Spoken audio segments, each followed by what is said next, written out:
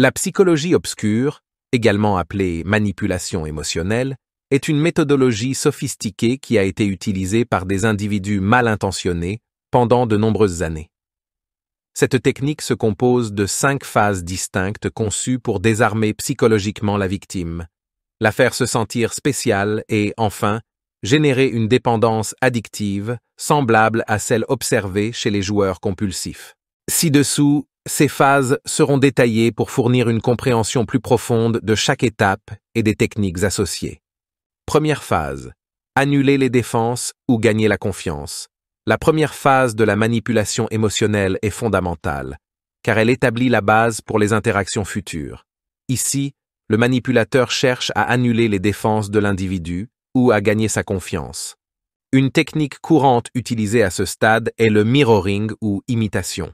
Cette technique repose sur les principes de la programmation neurolinguistique et tire parti du fait que les gens se sentent plus à l'aise et moins menacés en présence de quelqu'un qui reflète leur propre langage corporel et verbal.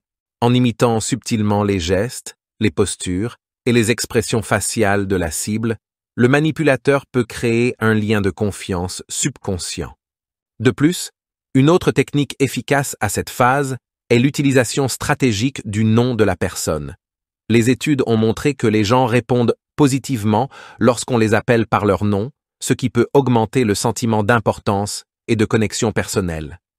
En intégrant le nom de l'individu de manière consciente dans la conversation, surtout lors de demandes, le manipulateur peut augmenter le niveau de confort et, par conséquent, la susceptibilité à la manipulation. Deuxième phase. Faire sentir spécial l'individu. La deuxième phase se concentre sur le fait de faire sentir la personne unique et valorisée. Une des techniques les plus efficaces est de montrer un intérêt sincère pour les passions et les hobbies de la cible.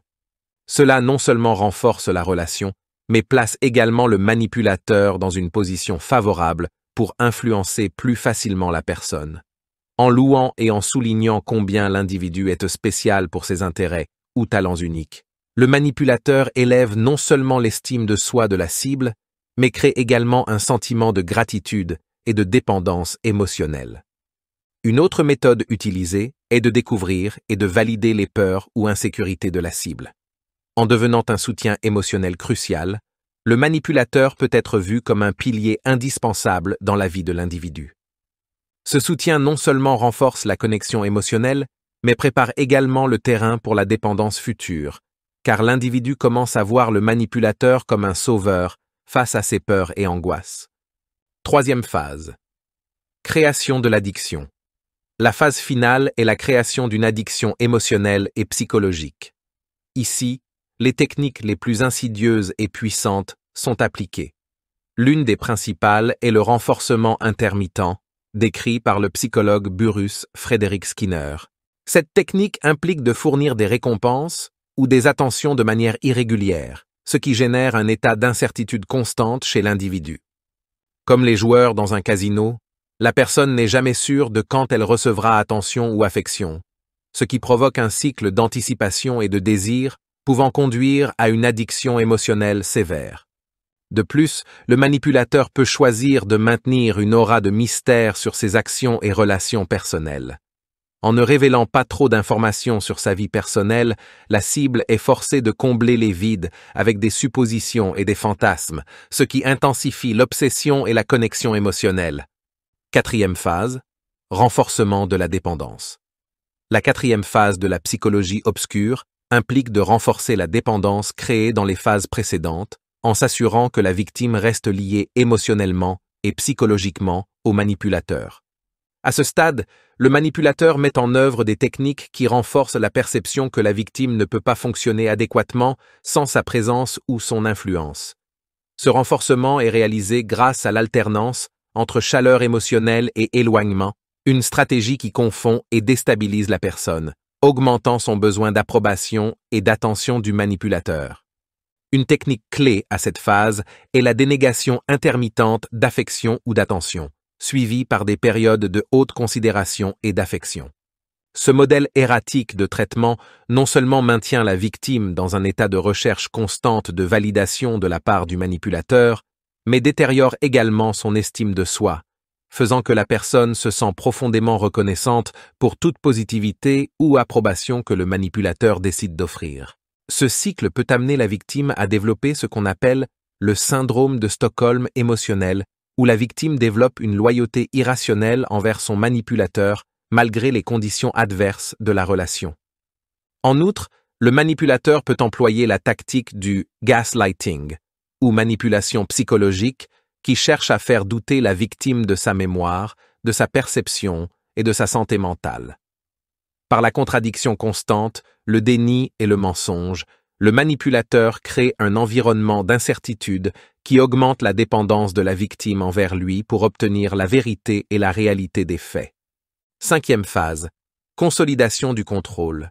Dans la 5e et dernière phase de la manipulation émotionnelle, le manipulateur cherche à consolider son contrôle en s'assurant que la victime reste sous son influence à long terme.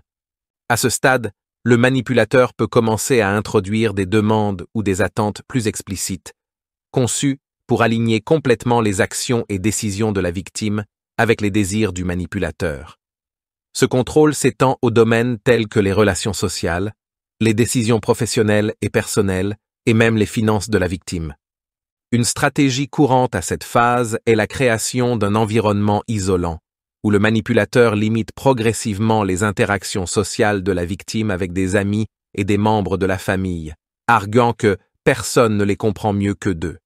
Cet isolement réduit non seulement la possibilité que la victime reçoive un soutien externe ou des perspectives qui pourraient y contredire le manipulateur, mais la rend également plus dépendante émotionnellement de son abuseur. Parallèlement, le manipulateur peut mettre en œuvre la technique de triangulation, introduisant des tiers, réels ou fictifs, dans la dynamique de la relation pour favoriser la jalousie et créer une atmosphère de compétition pour son attention et son approbation. Cela renforce non seulement l'insécurité et la dépendance de la victime, mais la distrait également des manipulations et des abus qu'elle subit. Une tactique connexe est l'envoi de messages ambigus qui insinuent des problèmes ou des confessions importantes, suivies de périodes de silence ou d'absence. Cela provoque anxiété et désespoir chez la personne affectée, car l'incertitude concernant la stabilité de la relation et le bien-être du manipulateur devient écrasante. Pendant ce temps, la personne affectée peut se trouver consumée par l'inquiétude et la spéculation, incapable de se concentrer sur d'autres aspects de sa vie. Cette vidéo a été créée à des fins éducatives, dans le but d'illustrer comment les manipulateurs peuvent créer des dépendances émotionnelles et exploiter la bonne volonté et les vulnérabilités des individus pour leurs propres fins. Il est prévu de fournir les outils nécessaires pour reconnaître et se protéger contre de telles tactiques de manipulation. Il est essentiel que ces informations soient utilisées de manière responsable et éthique. Si ce contenu vous a été utile et que vous souhaitez explorer davantage de sujets connexes, n'oubliez pas de laisser votre commentaire, de liker la vidéo et de vous abonner à la chaîne pour ne pas manquer les futures publications qui peuvent enrichir vos connaissances et renforcer votre bien-être émotionnel. Savez-vous quel est le truc psychologique pour faire tomber amoureuse n'importe quelle femme? Cliquez sur oui et découvrez-le.